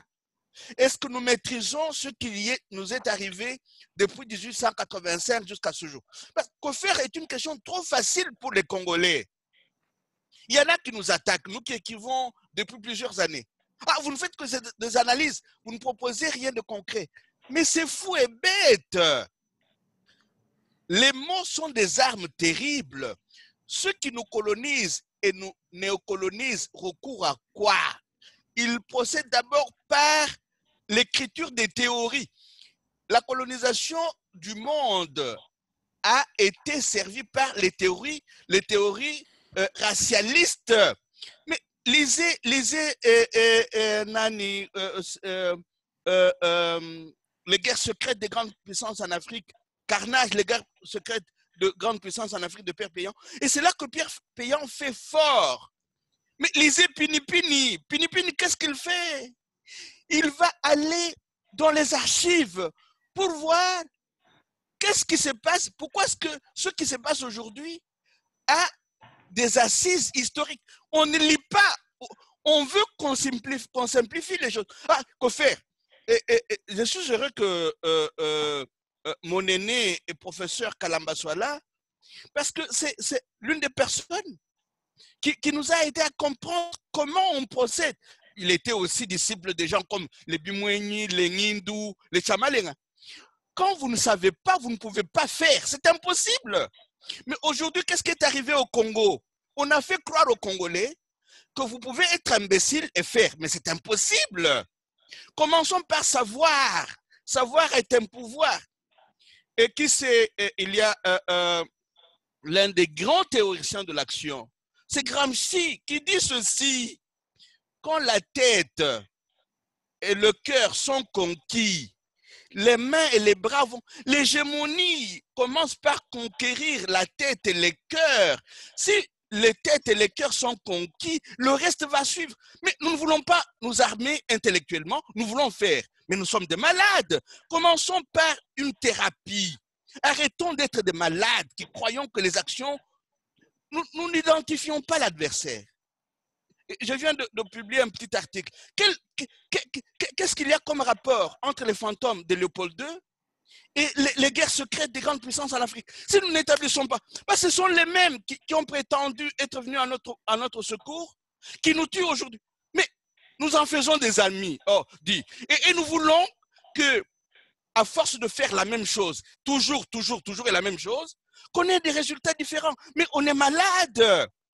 Aujourd'hui au Congo, les ONG qui sont derrière nos ONG à nous font partie des services de la CIA. Et des textes ont été écrits là-dessus. On ne lit pas. Il y a un livre qui vient d'être publié l'année dernière sur les réseaux en 2017, sur les réseaux Soros en Afrique. On ne lit pas. Donc, aujourd'hui, qui est sur le front? Ce sont les gens qui sont financés par les officiers de la CIA. Non, on croit qu'avec ces gens-là, le pays va se sortir du bourbier. Mais on est malade. Nous avons besoin d'une thérapie collective. Je ne crois pas qu'on puisse aujourd'hui sortir le Congo du bourbier. J'exagère peut-être, si on n'a pas lu Discours sur le colonialisme d'Aimé Césaire, si on n'a pas lu Noir Canada d'Alain Deneau et ses amis, si on n'a pas lu Pini Pini, mais si on n'a pas lu Fouel Ndianguituka, si on n'a pas lu La République démocratique du Congo face au complot de Bakan, on refuse de lire et on va agir. On agit sur fond de quoi? Je suis un peu passionné, émotionnel, mais je dis, pour agir, il faut connaître en conscience et avec beaucoup de lucidité et du discernement. Pour agir, il faut identifier le véritable adversaire et ses pions. Pour agir, il faut s'armer de science jusqu'aux dents. On n'agit pas tout simplement en prenant les armes sans avoir identifié l'adversaire, ses méthodes, ses tactiques, ses stratégies. Agir sans avoir identifié l'adversaire, sans avoir changé d'approche géostratégique, ce sont des actes voués à l'échec. Je termine en donnant un exemple. Regardez la Syrie. Comment est-ce que la Syrie a réussi à résister au monde entier? La Syrie n'a fait que changer son approche géostratégique. Il a noué des alliances avec la Russie, qui connaît mieux les adversaires de la Syrie. Mais si vous ne connaissez pas, vous allez faire quoi? Je donne un deuxième. Regardez le Venezuela. Le Venezuela vient d'échapper à combien de coups d'État? Des grands. Mais parce que le Venezuela est issu de la connaissance de quelqu'un qui s'est identifié aux Vénézuéliens et qui s'appelle Hugo Chavez. Mais nous n'avons pas d'homme auquel nous pouvons nous identifier. Et nous pensons que nous pouvons agir. Mais arrêtons. Passons par une thérapie collective. Alors nous saurons comment agir. Voilà, j'arrête là. Est-ce que quelqu'un d'autre veut renchérir sur la question de Pasteur Bobo? Oui, je voulais tout simplement ajouter à tout ce qu'a dit Jean-Pierre avec beaucoup de perspicacité. Je crois qu'il faut absolument, évidemment, qu'on se forme, c'est clair, et on ne peut pas combattre sans aucune formation du tout. Le problème est qu'il y a des mécanismes qui sont là, la lecture en est une, la formation. C'est important donc qu'on puisse absolument se former. Et les Congolais que nous sommes, on ne doit pas faire les économies de la formation parce que nous sommes face à un danger imminent. Il faut savoir que depuis que l'homme existe, ça fait 300 000 ans, il a toujours été aux prises avec les dangers de l'éradication, de l'extermination. Là, c'était d'abord, à ce moment-là, c'était surtout la nature elle-même. Et à chaque fois, les défis de la nature ont toujours été surmontés grâce justement à la formation. Et donc, c'est important. Il faut savoir que ce sont nos ancêtres qui, les premiers dans le monde, ont écrit. Donc, ont inventé l'écriture. Après avoir inventé le langage et la langue, ils ont également inventé l'écriture, et pas n'importe laquelle, l'écriture hiéroglyphique, qui se lit en quatre positions, soit de haut en bas, soit de bas en haut, soit de gauche à droite, soit de droite à gauche. Donc, une véritable mine de connaissances. Et là, en Égypte, quand on dit l'Égypte, c'est-à-dire que notre Afrique centrale, Mwena Mwezi, la terre des lunes, ou le mot de la lune. Donc, dans ces pays-là, un scribe était un homme hautement instruit.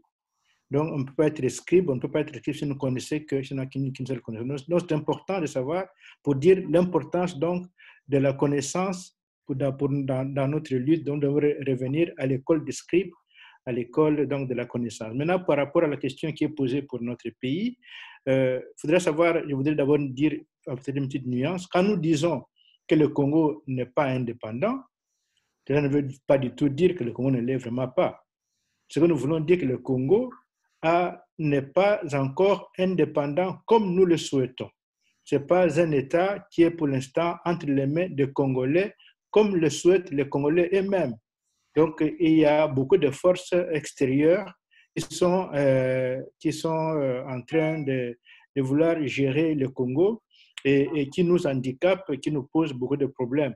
Donc, ce que nous devons faire maintenant, c'est de tout faire pour chasser ces forces extérieures qui viennent nous handicaper. Donc, il faut savoir que la colonisation, le colonialisme, la colonisation européenne n'a pas duré autant que cela, comme on le pense. Donc, elle n'a duré que de 1885 à 1960 ou plus, ce qui fait 75 ans. Ce n'est pas énorme dans la vie d'une nation. Pourquoi ça n'a pas duré autant? Parce qu'il y a eu de la résistance farouche de la part des Africains et des Congolais aussi. Une véritable résistance contre cette machine à tuer qui était le colonialisme européen. Donc, face à cette machine, les Africains se sont organisés et ont résisté et sont arrivés à bout de cette machine mortuaire, même si elle refuse de mourir. Mais on est quand même arrivé à la mettre hors d'état de nuire en Afrique. En tout cas, l'Afrique n'est plus cette terre où les Européens font ce qu'ils veulent. Pourquoi réussissent-ils? Et justement, là, je réponds à la question de Pasteur Bobo. Ils réussissent à cause des trahisons de beaucoup d'Africains, de certains d'entre eux. Le problème, il est là. Donc, il est important que nous puissions savoir qu'un pays, on ne le trahit pas. Donc, c'est comme ça qu'il y avait l'initiation chez nos ancêtres pour apprendre aux jeunes à aimer leur pays. Donc, à aimer leur village, à aimer leur clan. On doit pouvoir, et donc, à être prêt à se sacrifier pour son clan, à être prêt à se sacrifier pour son village, pour son pays. Or, cette notion-là de l'initiation et du sacrifice pour son propre pays, nous, on ne l'a plus. Aujourd'hui, je dis toujours, aller à Kinshasa aujourd'hui avec un paquebot qui peut prendre 5000 personnes pour dites-leur, ceux qui veulent aller en Europe, entrer. Il y en aura, je crois, en 2 minutes, le bateau sera rempli. On peut faire la même chose avec un train ou avec n'importe quel autre moyen de transport. Pourquoi? Parce que justement, il n'y a pas cet amour-là du pays. Donc, il est important qu'on puisse d'abord avoir l'amour de son propre pays. Moi, quand je suis arrivé à Paris, j'étais intrigué de voir des jeunes gens à l'époque, des jeunes Congolais, qui disaient carrément, vendons le pays, que chacun peut avoir sa part. Donc, vous voyez que on ne sait pas ce que c'est que le pays, on s'en fout. Or, le pays, on doit le défendre. Donc, il faut dire qu'il est important que nous puissions, en plus de la formation, savoir défendre notre pays et ne pas être prêt à n'importe quelle traîtrise parce que nous voulons avoir tous de belles voitures, parce que nous voulons avoir beaucoup de maisons, parce qu'il n'y a plus que ça. Donc, la valeur humaine n'existe plus. Donc, nous avons été pervertis de cette façon-là. C'est la perversion totale. Et je dis que les églises, malheureusement, les églises de réveil particulièrement, n'aident pas à cela. Les églises de réveil sont en train aujourd'hui de tuer notre peuple du fait qu'ils sont en train de mettre dans la tête des gens qu'on ne vit que pour avoir pour l'argent, on vit que pour avoir le bonheur. Donc, on vit que nos ancêtres, ce sont des mauvais. Mais si nos ancêtres sont des mauvais, ça veut dire que notre pays, il est mauvais. Donc, nous sommes des mauvais. Donc, c'est là le problème. Donc, nous sommes en train je voudrais ici lancer un appel à tous nos pasteurs, pas nécessairement les pasteurs qui nous écoutent ici. D'ailleurs, je remercie non seulement le pasteur Bobo qui fait un grand travail immense, mais il y en a beaucoup d'autres qui ne sont là que pour eux-mêmes, qui ne sont là que pour l'argent, qui ne sont là que pour les collectes et qui pour ça sont prêts à dire, non, non. Vous savez, il y a des gens qui, aujourd'hui, tout ce qu'on entend de terrible chez les pasteurs, ça vient des Congolais. Quand un pasteur dit qu'il est en train de ressusciter des gens en Afrique du Sud, c'est un Congolais. Quand un pasteur dit que c'est des Congolais partout. Alors ça ne va pas. Donc nous voulons que aujourd'hui, nous avons un problème, pas simplement de la formation, mais un problème même d'information, un problème de cette acquisition de notre humanité. Elle est importante. Nous ne pouvons plus aujourd'hui continuer. Donc le pays, il est à terre du point de vue moral, du point de vue intellectuel à cause de cela. Donc il faudrait que nous puissions revenir à nos valeurs ancestrales. Moi, j'ai dit, et j'ai écrit, les grands problèmes que nous avons, auxquels le monde occidental se trouve, qu'il a mené chez nous, c'est le problème de l'infaillibilité, justement. Cette fameuse infaillibilité qui fait qu'on se croit être Dieu le Père Tout-Puissant et qu'en face de soi, il n'y a rien qui doivent lever le moindre pouce. Par exemple, comme moi, je suis pasteur, je connais tout. Et donc, je peux dire n'importe quoi, la Bible, elle est là. La Bible, c'est l'infaillibilité totale. Alors, vous voyez où ça amène. Ça nous amène dans un désastre, tout à fait. Dans le pays, notre problème, il vient de là. Nous sommes dans un désastre moral et intellectuel immense à cause justement des gens qui se proclament des grands savants alors qu'ils ne connaissent strictement rien. Par exemple, le fait de lire un verset dans la Bible ou n'importe quoi, de moindres choses, on est des grands savants. Donc, je dis qu'il est aujourd'hui temps que notre pays, que nous autres, que les Congolais puissent se ressaisir pour lire, se former et surtout revenir à notre culture ancestrale qui a fait le monde. Parce que les gens pensent que le monde, quand ils donnent simplement le simple mot auto, hein, qui fait la fierté que tout le monde veut avoir. Mais le mot auto, ce n'est pas autre chose que le mot muntu, c'est le même mot. Donc auto vient de muntu. Donc ce sont les premiers qui ont parlé de l'automobile en disant que nous sommes des Bantous. Un muntu, une personne humaine, c'est une automobile, c'était quelqu'un qui avait son énergie et se met en marche. C'est ça l'automobile, ça vient de là. Ça ne vient pas d'autre chose. Donc nous pensons que nos ancêtres ne savaient rien, que ce sont des païens, ce sont des imbéciles, ce sont des ceci. C'est ça qui nous tue. Donc quand nous suivons ce chemin de l'Europe christianisée, nous sommes en train de creuser notre propre tombeau. Donc il faudrait que nous puissions revenir à nos valeurs ancestrales pour répondre à la question, pour que nous puissions acquérir notre véritable indépendance. Sans valeur ancestrale, jamais d'indépendance. Merci beaucoup, Abbé Pinipini. Voilà. Moi, je voudrais revenir un peu à l'abbé Mbelou qui préconise la thérapie collective. Je suis tout à fait d'accord avec lui, mais je suis restée sur son envoi. Il nous envoie d'aller lire, de faire des recherches, d'aller lire des livres. Il a cité plusieurs écrivains qui parlent un peu de cette progression, de ce qui s'est passé. Donc, il cite Abbé Pinipini, j'ai lu quelques livres d'Abbé Pinipini. Mais ma question est la suivante. Quand vous nous envoyez à la lecture, est-ce que vous envoyez toute la population en tant qu'autodidacte à la lecture ou vous ciblez une classe politique, c'est vraiment toute la population, une classe politique ou alors les intellectuels? Parce qu'après tout, quand on aura lu chacun dans son coin, à un certain moment, il doit falloir former une force qui va mettre en pratique toute cette lecture-là. Alors, moi, je voudrais savoir vraiment comment il préconise, comment il pense que cette lecture peut nous aider à aller plus loin, à comprendre un peu ce qui nous arrive. Donc, quand je pose cette question-là, je pense aussi à ce que vient de dire l'abbé Pinipini, parce que moi, je suis le fruit de la Deuxième République, on est les enfants de MPR Parti-État. À notre époque, on nous a présenté le guide, le président de la République comme le guide. Toute l'histoire du pays tournait autour du guide. Donc pour nous, c'était lui, c'est lui qui a tout fait. Et le jour où il n'était plus là, et je pense que c'est le cas de toutes les personnes de mon époque, on est complètement perdu. Parce que le guide n'est plus là, on est complètement perdu. Or, si on avait centré notre éducation, justement, l'éducation au niveau de l'instruction, si on l'avait centré dans l'histoire du pays, si on nous avait appris à aimer ces pays, à protéger ces pays, je pense qu'on aurait évité beaucoup de choses, beaucoup de drames que nous vivons aujourd'hui.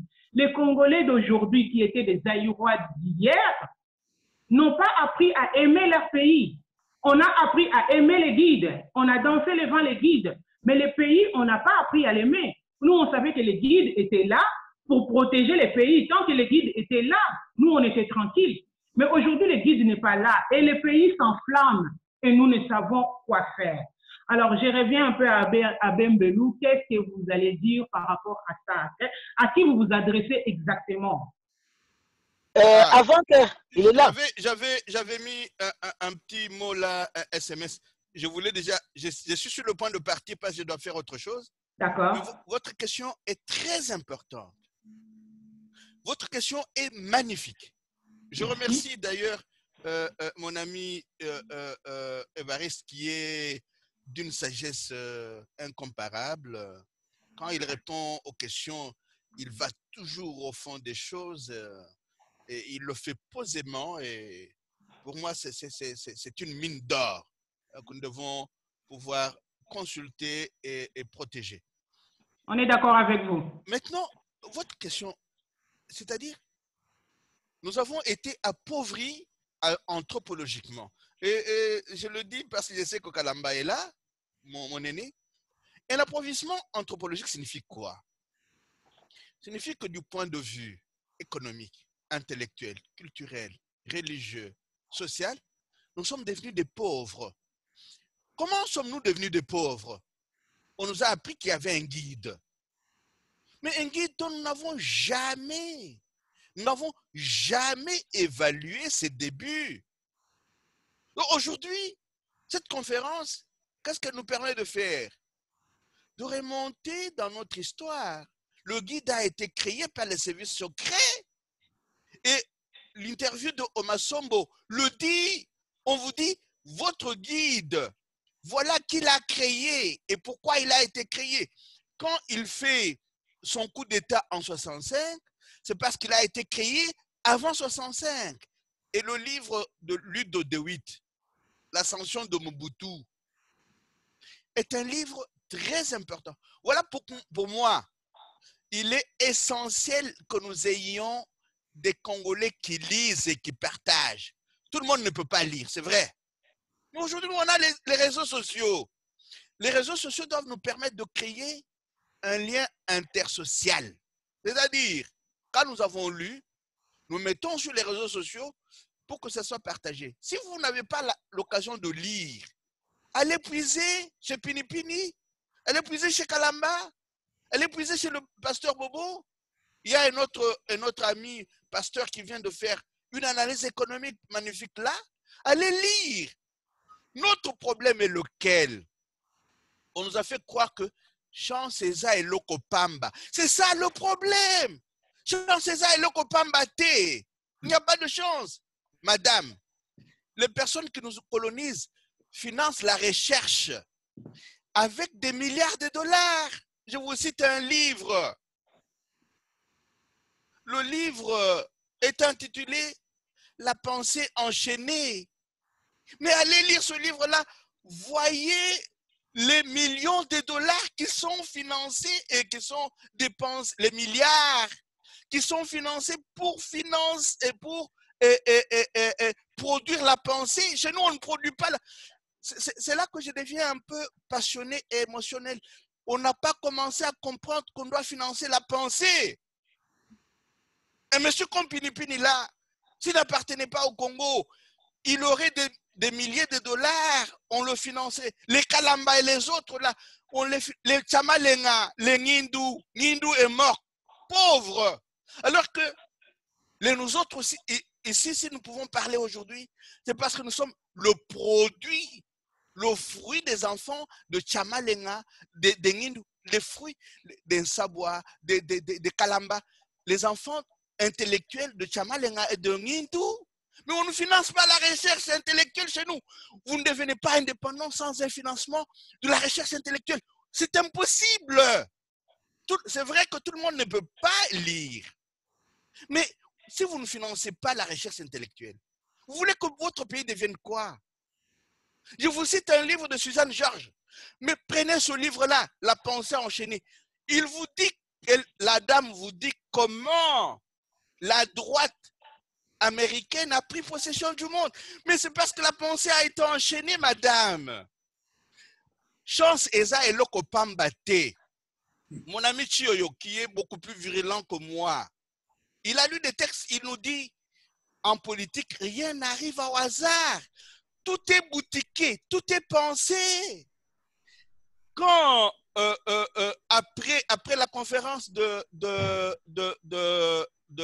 Berlin, mais allez lire les textes des députés français dans le livre de Pierre Péan, Carnage, les guerres secrètes des grandes puissances en Afrique. Les théories racialistes disent ceci: les races supérieures doivent pouvoir coloniser les races inférieures. Sans ces théories racialistes, on ne vous colonise pas. Il faut justifier la colonisation. Et Aimé Césaire, dans le discours sur le colonialisme, dit, nous apprend à penser rigoureusement. On dit, ah, mais il y a eu des colons, mais il y a eu quand même des choses positives. Mais non, la colonisation, qu'est-ce que ça a été? Quelle est la définition de la colonisation?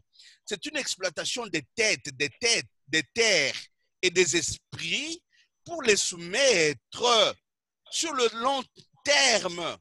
Mais la chance que nous avons aujourd'hui, c'est laquelle? Il n'y a pas que les Pinipini et les Kalamba et les Chamalenga. Même dans les pays où nous vivons, la pensée est produite au quotidien. Il y a des hérétiques de la pensée unique.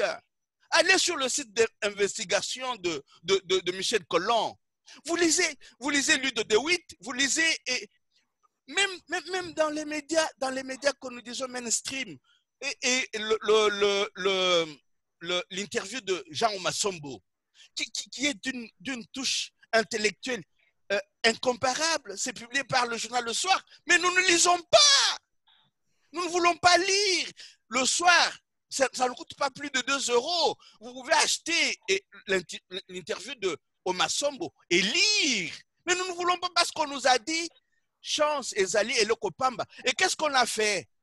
On nous a produit des gens de rien comme président. Et nous les appelons son excellent. Donc, il y a eu un problème au niveau de notre imaginaire. Notre imaginaire a été violé. On nous a présenté les capitaux médaillés, les rois fabriqués par le capitalisme sauvage, comme étant les modèles à suivre. Qu'est-ce que vous voulez qu'on fasse avec ça si on ne lit pas?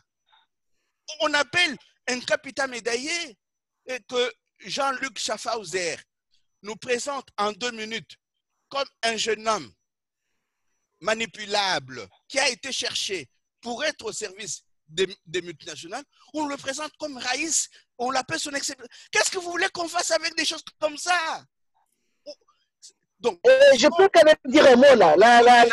Je termine. Je dois partir. Je oui. Termine. Bon. Il y a un effort à déployer. Maman, je termine. Maman, s'il te plaît. Ah oui, j'ai envie de réagir. Il est en train de partir. Je termine. Je termine. Oui. Voilà. Sans un effort de la pensée et de remise en question profonde de ce qui nous est servi officiellement, nous ne ferons rien. Maintenant, il y a ce que Évariste vient d'ajouter. Nous avons besoin des patriotes, des résistants et des amoureux du Congo pour relever ce pays-là et éviter d'avoir des capitaux médaillés, des négriers d'état moderne comme référence, comme guide éclairé. Nous devons pouvoir rompre une fois pour toutes avec le culte de la personnalité. Je vous aime bien, mais je suis appelé ailleurs. Je dois partir. Avant de partir, juste une minute. J'ai beaucoup aimé ce que vous avez dit. J'aimerais bien, si c'est possible, je peux vous avoir le soir, 1 minute, la même chose. Le soir, après 20 h, oui. Oui, je vous aurai vers 21 octobre. Ok, je serai avec vous. Et Merci puis, beaucoup. et puis, Merci beaucoup, monsieur l'abbé. avec Maman Agnès, Pasteur Bobo, tu le contacteras au téléphone. Ok, Il nous reste merci. plus d'1 minute avant de rendre on aura un l'antenne, si on programme va dire ça comme ça. Oui. Maman Agnès, après les comptes. Maman Agnès a une Ok, question, oui. Enfin, un commentaire. Maman Agnès a un commentaire. On ne l'a pas arrêté tout de suite parce qu'on savait que M. l'abbé devait partir. Maman Agnès, c'est que vous après, avez je peux parler aussi. Hein. fait là, vous pouvez nous le dire maintenant. Voilà. Non, c'est pas vraiment un long commentaire. Hein. Je veux Oui. simplement dire, je suis d'accord avec beaucoup de choses que l'abbé a dit, mais il y a des choses que je ne partage, mais vraiment pas. Je me dis, C'est votre droit, Maman Agnès, oui. voilà, insister que sur ça, je pense, c'est un petit peu, allez, un peu comme cette révolution bourgeoise et des élites. Or, un pays, si vous regardez bien, il n'y a pas que les élites, il y a aussi la pensée populaire qui est importante. Vous voyez, si vous allez au village, vous n'allez pas demander à nos vieux là de lire, hein, et c'est pas parce qu'ils ne lisent pas qu'ils n'ont pas un mot à apporter. Je crois que c'est très, très important. Ce discours, pour moi, s'il est tenu que comme ça, contribue à la victimisation. Et c'est ça aussi qui fait que le Congolais, alors, se sent, j'ai envie de dire, presque nul. Parce qu'il se dit qu'il ne lit pas, il ne connaît pas. Non, je crois qu'il faut un équilibre. Mais ce que je pense, moi, réellement, qu'il faut oser se réunir et partager. Dire, par exemple, voilà, nous les humanitaires, on doit être capable de travailler en tout temps. Que la population mange, soit bien. Et que les philosophes, ceux qui veulent penser, se retrouvent pour faire ça. Nous ne pouvons pas tous commencer à penser. Nous ne pouvons pas tous nous mettre ça. Sinon, alors, le peuple, pendant des années et des années, pendant que vous allez dire, organisons-nous pour penser, pour lire, pendant ce temps-là, les autres volent, pillent. Donc, je crois que ces discours, il faut essayer de faire attention en se disant que, OK, c'est bien, il faut de tout pour faire un monde. C'est tout ce que je voulais dire. Merci. Merci beaucoup, Maman Agnès. Je peux répondre à Pasteur Bobo. Maman Agnès a bien complété, mais je crois qu'on pourra en faire un grand débat. L'abbé beaucoup Pasteur Bobo aime bien. Attends, Abbé Mbelou touche les intellectuels, parce que bon, quand on voit, c'est les intellectuels qui sont aspirés à diriger un pays. Ils doivent lire, ça c'est vrai. Mais je suis aussi d'accord avec Maman Agnès. Mais maintenant, que faire pour, ça c'est autre débat, que faire pour sensibiliser la masse populaire là? Pasteur Aimé, juste un petit mot, je voudrais juste dire un petit mot par rapport à ceci, après peut-être, c'est à moi que tu veux parler sur ça. Pasteur Aimé, je voulais juste dire un petit mot. Non, il n'y a pas de... Hein? Ouais. Moi, Non, après... je crois que Maman Agnès, quand on parle de lecture, on ne parle pas du tout des intellectuels. Ça n'a rien à voir, parce que les gens croient que la lecture, ça veut dire intellectuel. Et intellectuel, c'est celui qui parle français. Ce n'est pas ça. Ce n'est pas cela. On peut lire dans n'importe quelle langue. Moi, j'étais directeur de radio à Kikwit, et avant cela, j'ai dirigé aussi un journal. C'était un journal également, là aussi à Kikwit, mais un journal qui était en langue Kikongo. La radio était aussi faite en langue Kikongo. Et je vous assure que ce que vous rappelez, vous, les papas dans les villages là, eux, ils voulaient justement, et ils étaient les premiers à demander d'avoir ces journaux-là et de les lire, et ils les lisaient.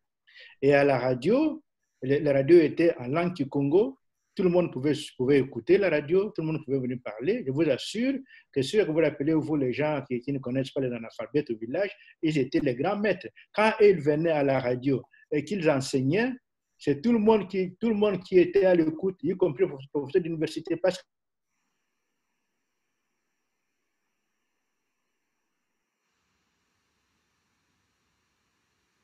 on dirait avec Athénien. Allô?